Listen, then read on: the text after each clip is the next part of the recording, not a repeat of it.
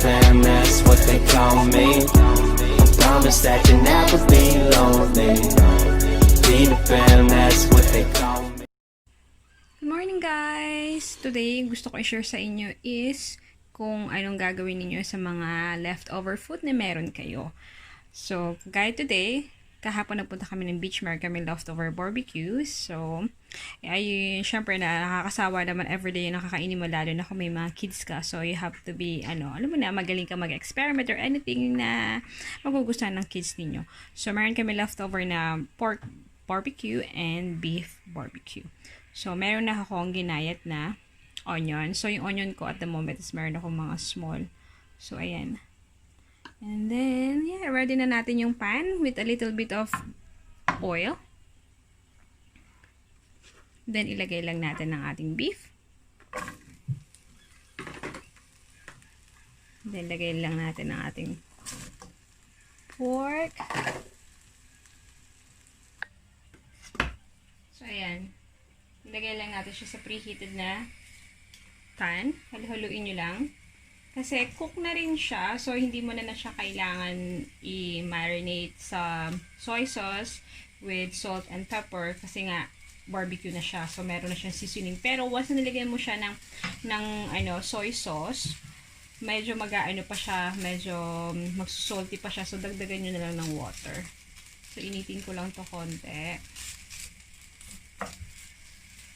And then, so ang gagamitin kong soy sauce for today is Kikkoman soy sauce. Kahit ano namang soy sauce pwede nyo naman gamitin. So, ito, tansya-tansya na lang. Nasa sa inyo yung kung gaano kadami.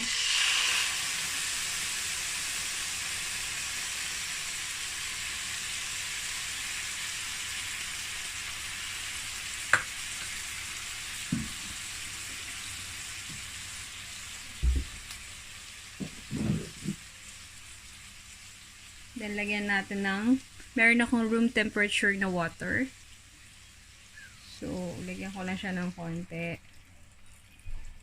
Para meron tayong sabaw. Sa ating beef steak. Gusto ko yung maraming sabaw. Kasi masarap siya sa rice. So, ayan.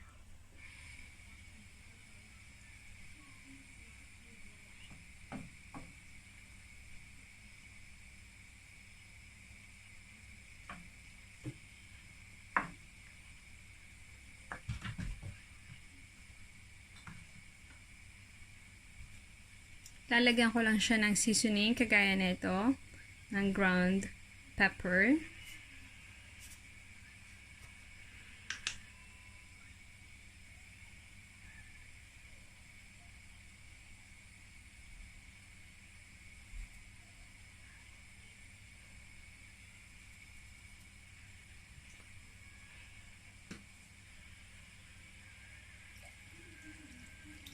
And then, I will cover it up.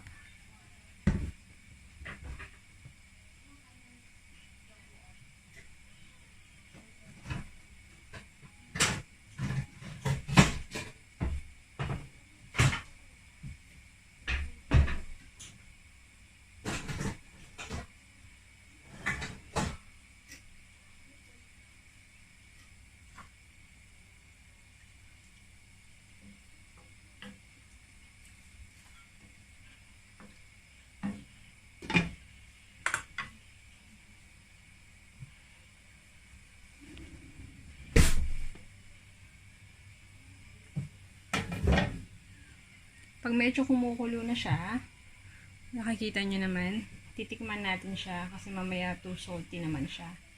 And then, maglalagay ako ng lemon.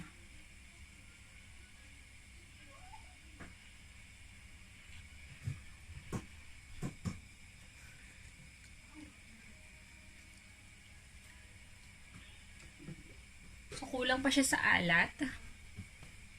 So, lalagyan ko pa siya ulit ng soy sauce. Konti lang. Then, lalagyan ko siya ng lemon. Para medyo may asin.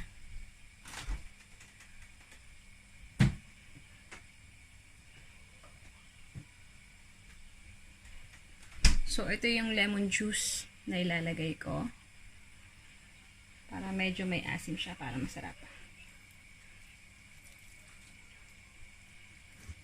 Nasa sa inyo rin yun kung gaano kadami, gaano kaasim ang gusto ninyo. Ang prefer ninyo.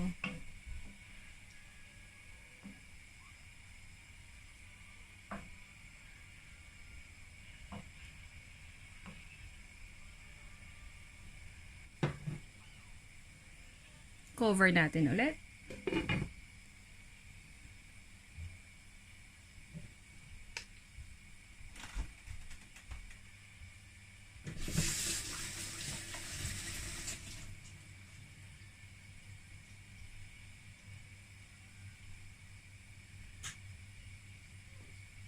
Yan, kumukulo na siya. Titikman ko siya ulit.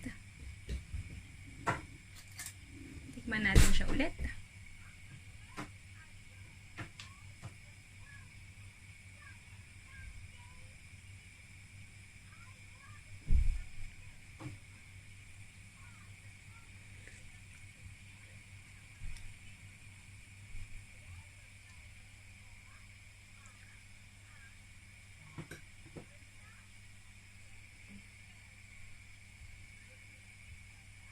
Lalagyan ko pa siya ulit ng lemon kasi medyo hindi pa siya maasim.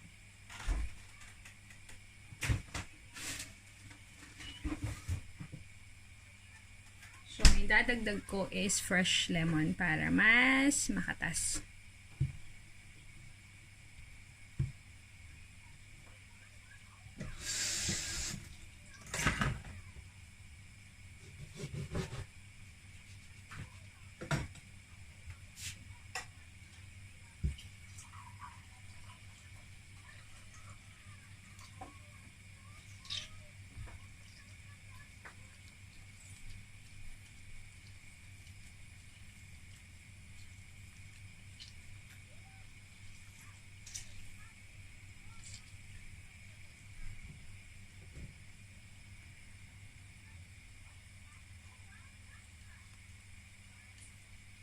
Malinis yung kamay ko, nagwash ako kasi inugasan ko rin yung lemon.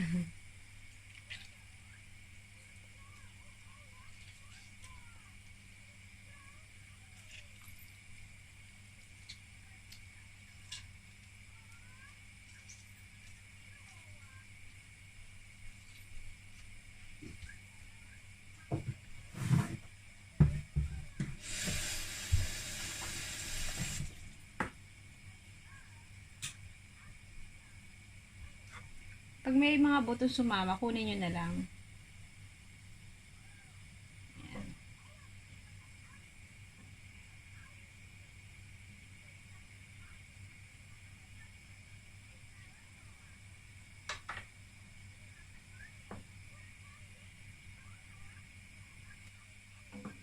So, tigpan natin siya para mailagay natin yung ating sibuyas.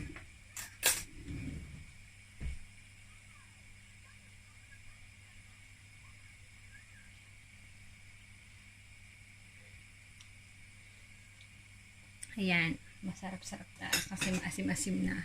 So, pwede na natin lagay ating onion.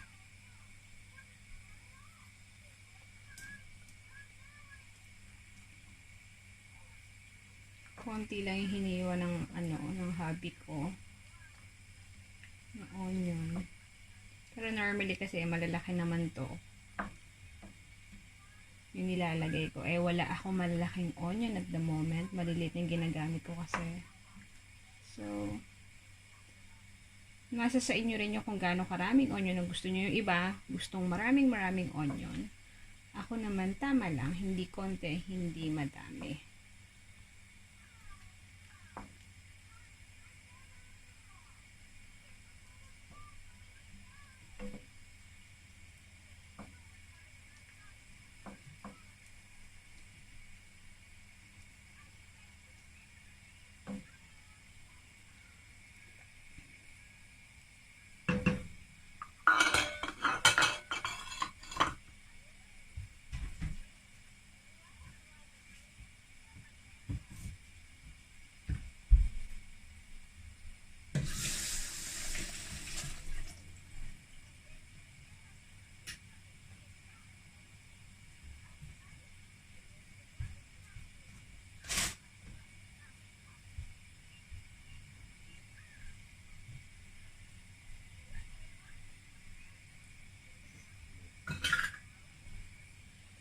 After 2 to 3 minutes lang natin siya i-simmer, then okay na yan.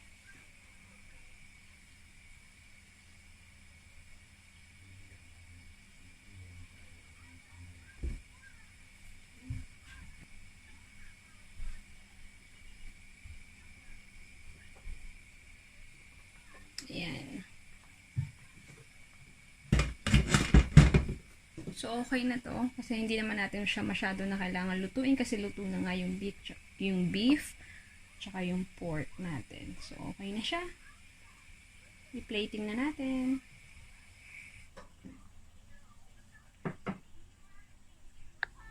And here's our finished product.